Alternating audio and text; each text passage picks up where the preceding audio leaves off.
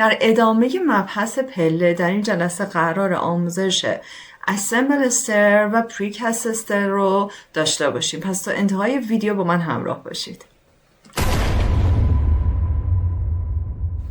سلام، من الهام کیانی هستم و با کانال یوتیوب الهام آرکن لایف با شما همراهم. اگر تا به این لحظه کانال خودتون رو هنوز سابسکرایب نکردید، همین الان بزن رو دکمه سابسکرایب، نوتیفیکیشن تا اکتیو کن که هیچ آموزشی رو از دست ندی که به صورت روزانه آموزش‌های کاربردی نرم افزار رویت رو خواهیم داشت.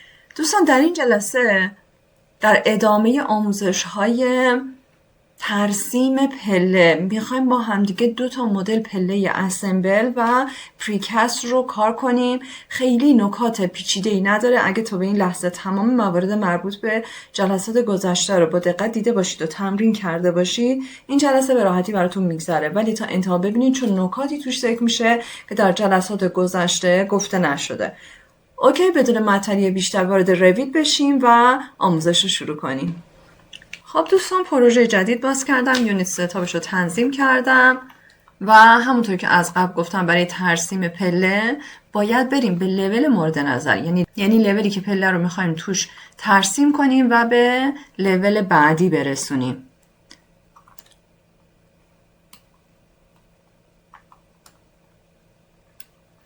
خب استر رو میزنم و از قسمت پراپرتیز میبینید که اولین موردی که به ما دسترسی میده اسمبل استره. اسمبل استر رو میزنم، وارد ادیت تایپش میشم، دوپلیکیت میگیرم، اگه دوست داشتید یه اسم میدین و یه سری تنظیمات رو انجام میدیم. تریت دپس رو میذاریم روی 30 سانت، ران ویدو میذاریم روی 1.20 و وارد ران تایپ میشیم.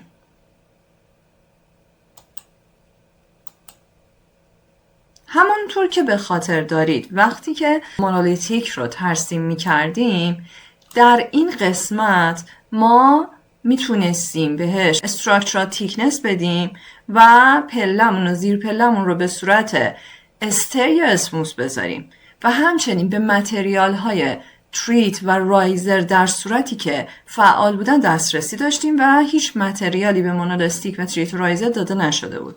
ولی در مدل اسمبل از قبل تمام متریال ها، ضخامت ها، اجزای پله بهش داده شده و به صورت دیفالت ما اینو داریم، یعنی یک پله آماده است.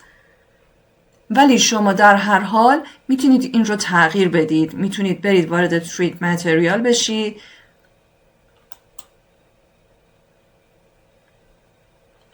متریالش رو عوض کنید. میتونید وارد رایزر متریال بشید، متریال رایزر رو عوض کنید از اینجا. حالت اسمبل اسلنتد هم فعاله، من فعلا میذارم فعال باشه، بعدا میتونید غیر فعالش کنید یا رایزر رو کلا حذفش کنید. همچنین میتونیم بهش نویزینگ بدین و یا اینکه نویزینگش رو روی 0 بذاریم. بچه ببینید اگه رایزر رو بردارم این قسمت رایزر متریال غیر اکتیو میشه، ولی خب فعلا من میخوام باشه و اوکی میزنم. موردی که تو این جلسه میخوام بهش اشاره کنم که در جلسات گذشته بهش اشاره نکرده بودن لندینگ تایپه. وقتی وارد لندینگ تایپ میشیم یه گزینه اولش داره که سیم از رانه، یعنی میگه کف لندینگتون رو دقیقا میخواین مثل تریدتون باشه، مثل متریال تریدتون باشه که این تیک سیم از ران رو اکتیو میکنین. ولی اگر بخواین متریال لندینگتون یا پاگردتون متفاوت باشه این تیک رو ور میدارید و منوی جدید براتون باز میشه و میتونید تریتش رو عوض کنید، بهش متریال تریت بدین. از اینجا میتونید متریال لندینگ رو عوض کنید و روی متریال متفاوتی بذارید. میتونید ضخامت تریتش رو عوض کنید و نویزینگ رو دوباره میتونید تغییر بدید که من اینجا دوباره نویزینگ رو روی 0 میذارم، اپلای میکنم و اوکی میکنم. خب اپلای اوکی و اینجا از لول 1 شروع شده و میخوایم به لول 2 ختم بشه. دیزایر نامبرمون 21 اکچوال دپسمون که 30 سانته و شروع میکنیم به ترسیم پله به صورت استریت. به این طرف. خب یه ذره بیام جلو. انتخاب میکنیم و طبق روال اندوید رایزر رو ور میداریم و قبلا دقیق توضیحش رو دادم و به صورت کامل براتون توضیح دادم که چرا باید این اندوید رایزر برداشته بشه. اندوید رایزر رو بر میداریم و پله آخر رو ترسیم میکنیم. اوکی بچه ها، دلیل این که من فعلا ریلینگ رو حذف میکنم اینه که من میخوام با دقت تمام اجزای پله رو بتونین توی چه در حالت 3D و چه در الیویشن ها به راحتی ببینید. خب الان پله رو انتخاب میکنیم، میبینید اینجا گزینه ریلینگ اکتیو میشه. از اینجا میتونیم بذاریمش روی نان و اوکی کنیم، یا مثل جلسات گذشته نه بعد از اینکه کامل ترسیم کردیم در انتها بعد از اینکه فینیش رو زدیم با انتخاب ریلینگ ها دکمه دیلیت روی کیبورد رو پاک کنیم. اوکی میکنیم و بدون هیچ اروری ترسیم میشه. خب وارد یکی از الیویشن ها میشیم. میرم جلو. خب ریالستیک هم که هست. وقتی انتخابش میکنم میبینید که به صورت صحیح، به صورت کاملا اجرایی به سطح لول 2 رسیده.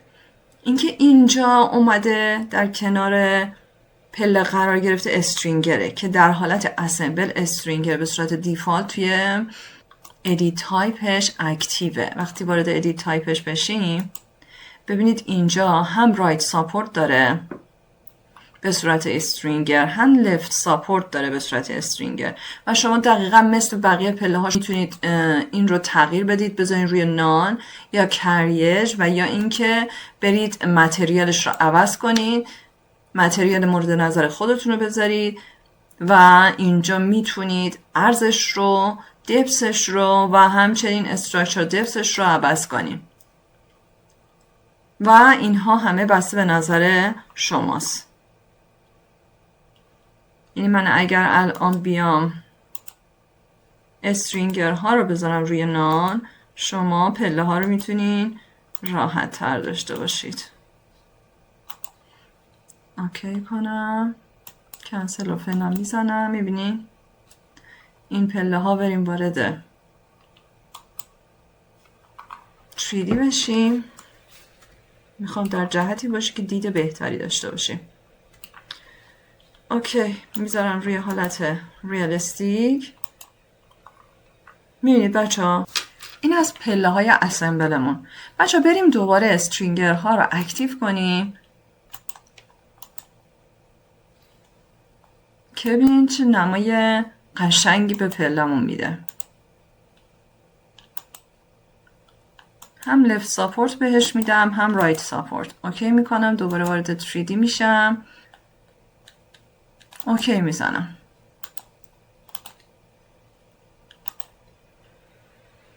نکته‌ای که اینجا وجود داره، شما وقتی وارد ادیت استیر میشین و استرینگر ها رو انتخاب میکنین، این انتها، این قسمت آخری که الان با موس دارم روش حرکت میکنم، برشش قابل تغییره.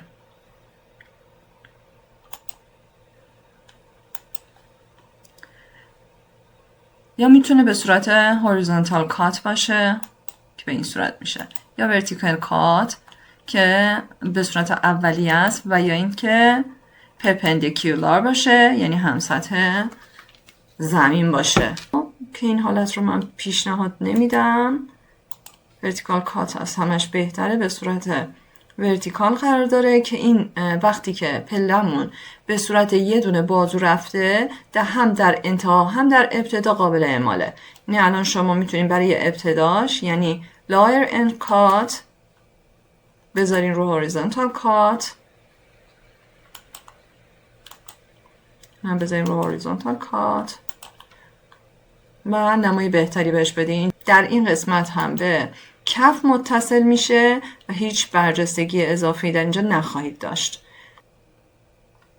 شما میتونید وارد ادیت تایپ بشید، استرینگرش رو یه ذره ضخیم‌تر کنید، متریالش رو عوض کنید.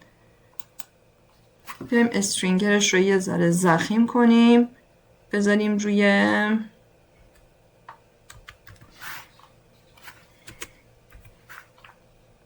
نه خیلی کم، بذاریم روی 5 سانت. چون دوپلیکیت نگرفتم دو طرف تغییر میکنه، اینطوری باعث میشه که دیگه بیرون زدگی لبه های پله رو نداشته باشیم و زیبایی بصری بیشتری داره. و فینیش رو میزنم. این از مدل اسمبل. و پله دومی که در این جلسه میخوام بهش اشاره کنم، استی رو میزنیم، پریکست استیره و تنظیمات رو مثل قبل انجام میدم. هر تنظیماتی که مد نظرمه اینجا انجام میدم. Actual Trip Depthش رو میذارم روی 30 سانت، وارد ادیت تایپش میشم، دوپلیکیت میگیرم، اوکی میکنم. اینجا Trip Depthش رو میذارم 30 سانت و ران ویدثش رو میذارم روی 1.20. تفاوتی که پله پریکست استر با مونولیتیک داره، ران تایپ پریکست استر به صورت دیفالت 19 سانته ولی مونولیتیک 15 سانت بود، یعنی ضخامت استراکچرش 19 سانته. اینجا لندینگ تایپش قابل تغییره، میتونید ضخامتش رو تغییر بدید، میتونید متریالش رو تغییر بدید و همچنین میتونید بهش ترید بدید، ترید رو بهش ضخامت بدید و بهش نویزینگ بدین یا نویزینگش رو بردارید و اپلای کنید. همچنین در اینجا در قسمت ران تایپ ما دقیقا مثل مدل مونولیتیک آندرسایز سرفیس داریم که روی حالت اسموث میتونه باشه، روی حالت استپ هم میتونه باشه. بیاین این سری بذاریم رو حالت استپ. مونولیتیک متریال به صورت پیشوند روی کانکریت گذاشته شده و این قابل تغییره، شما میتونید تغییرش بدید و میتونید بهش ترید و رایزر رو اضافه کنید و از اینجا به هر کدومش متریال متفاوت بدید. مثلا بخوایم بهش متریال استون بدیم، میایم create new material میزنیم، rename میکنیم، استون رو میزنیم و در اینجا یه استون پیدا میکنیم.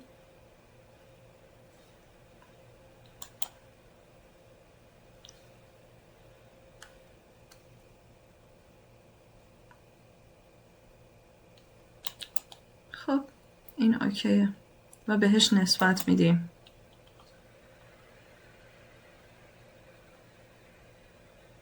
اپلای میکنیم، اوکی میکنیم. همین متریال رو من کپی میکنم و به رایزر متریال نسبت میدم و اینجا پیستش میکنم با کنترل سی کنترل وی. اینجا میتونید ضخامتش رو تغییر بدین، هم ترید رو هم رایزر رو میتونید بهش نویزینگ بدین و میتونید پروفایل هاش رو تغییر بدید که اینها همه قبلا آموزش داده شده. اپلای میکنم، اوکی میکنم و دوباره اپلای، اوکی و پله رو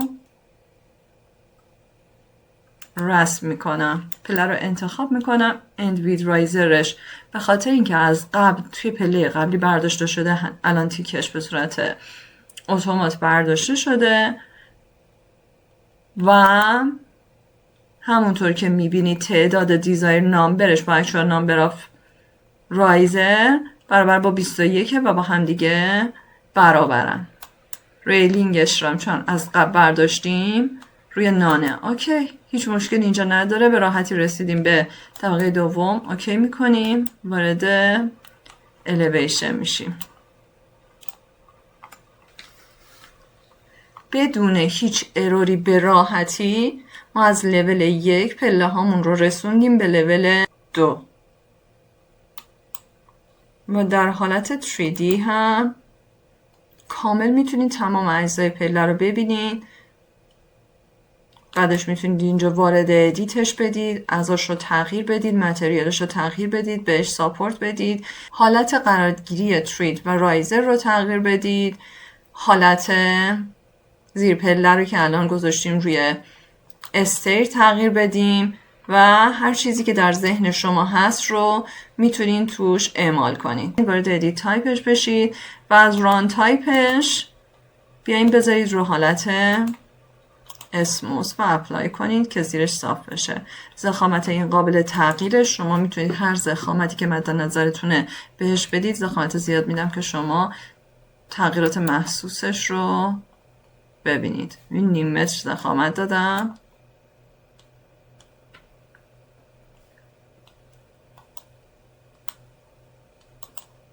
خب این رو میذاریم رو همون 19 سانت.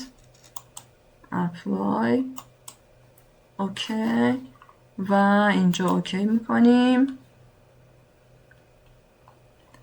فینیش رو میزنیم روی این پله. شما کاری که میتونید بکنید اینه که میتونید رایزرش رو بردارید. اولی که میتونید حالت اسلنتد نباشه، شیب نداشته باشه، به صورت عمودی باشه رایزرها. و مورد بعدی این که میتونید کلا رایزر رو حذف کنید. و وقتی رایزر رو حذف میکنید یه طرح جالب و قشنگی داره که بسیار هم کاربردی و الان هم که خیلی ترنده. بچه نه تنها از این پله ها در کارخونه ها تولیدی ها استفاده میشه، شما در طراحی داخلیتون از این پله ها استفاده کنید و به شیوه اینها رو با تغییر دادن متریالش، با تغییر دادن فرم استرینگر ها و متناسب با طراحی داخلیتون این پله ها رو طراحی کنید.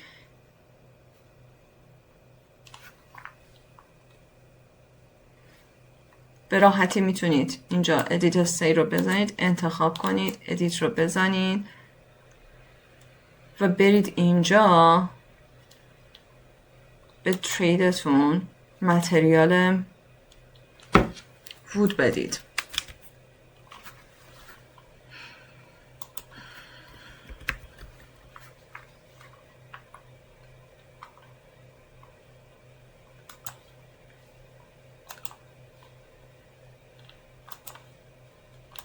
اوکی کنید، اپلای کنید، اوکی کنید، بدون انتخاب وارد ادیت تایپ میشیم. اینجا میتونیم متریال استرینگر رو تغییر بدیم. میتونیم یه متریال گلاس هم به این بدیم.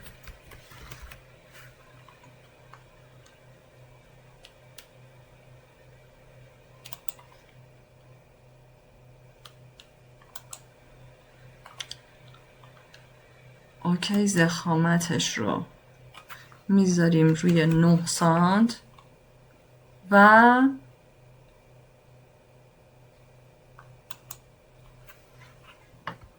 حالت نرده ازش استفاده میکنیم. 1 متر بهش ارتفاع میدیم. بچه چون دوپلیکیت نگرفتم روی دو طرف اعمال میشه. اوکی میکنیم، اپلای میکنیم، اوکی میکنیم.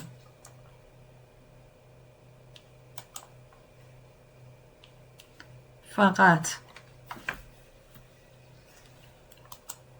حالت برش انتهایی استرینگر ها رو من عوض میکنم، میذارم رو حالت ورتیکال کات. این هم همینطور میذارم روی ورتیکال کات و اینم پله چوب و شیشمون که میتونیم یه تکسچر بذاریم. شاید من دیده بهتری بده. میتونیم رنگ شیشه رو عوض کنیم که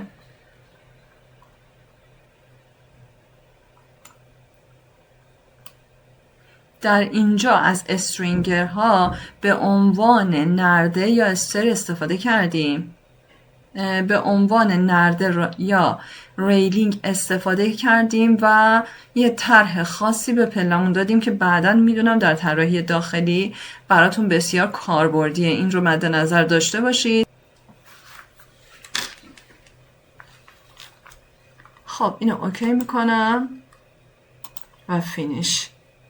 میبینید که در اینجا آخرین پله دقیقاً بر روی سطح لول 2 در هر دو مدل قرار گرفته. خب دوستان اینم از انتهای این جلسه. امیدوارم که کاملا براتون جا افتاده باشه پله. اگر این ویدیو براتون مفید بود برای دوستان مهندستون شیر کنید و همچنین لایک کنین و اگر سوالی براتون پیش اومد در طول مشاهده ویدیو حتما کامنت کنین که پاسخگو هستم.